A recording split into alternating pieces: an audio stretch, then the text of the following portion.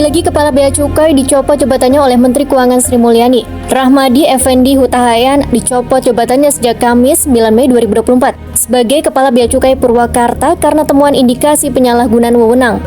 Kasus ini bermula ketika Rahmadi dilaporkan ke KPK oleh Wijanto Tritasana. Wijanto menduga Rahmadi tidak menyampaikan laporan harta kekayaan penyelenggara negara atau LHKPN secara benar.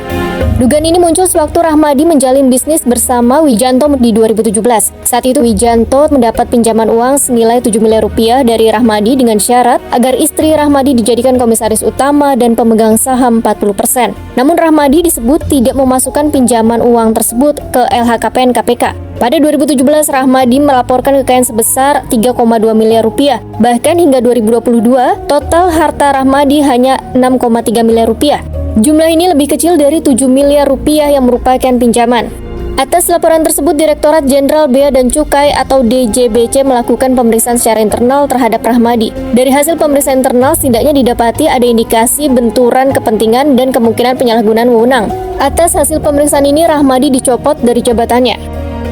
Kami memfollow up surat yang kami pernah kirim kepada Ibu Menteri. Terus hari ini kami memasukkan lagi surat ke Irjen Kementerian Keuangan untuk perkara yang kami laporkan baik di KPK maupun yang terakhir itu di kantor instansi yang terkait yang kami laporkan. Anggap dia daftarkan, anggaplah 60 miliar dia sudah akui di Polda Metro itu bahwa 60 miliar itu adalah milik perusahaan.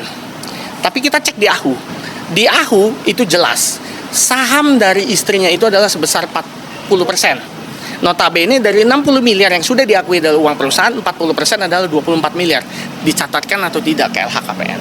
Usahanya dicatatkan atau tidak? Apalagi ini perusahaan pupuk yang ada ekspor impor.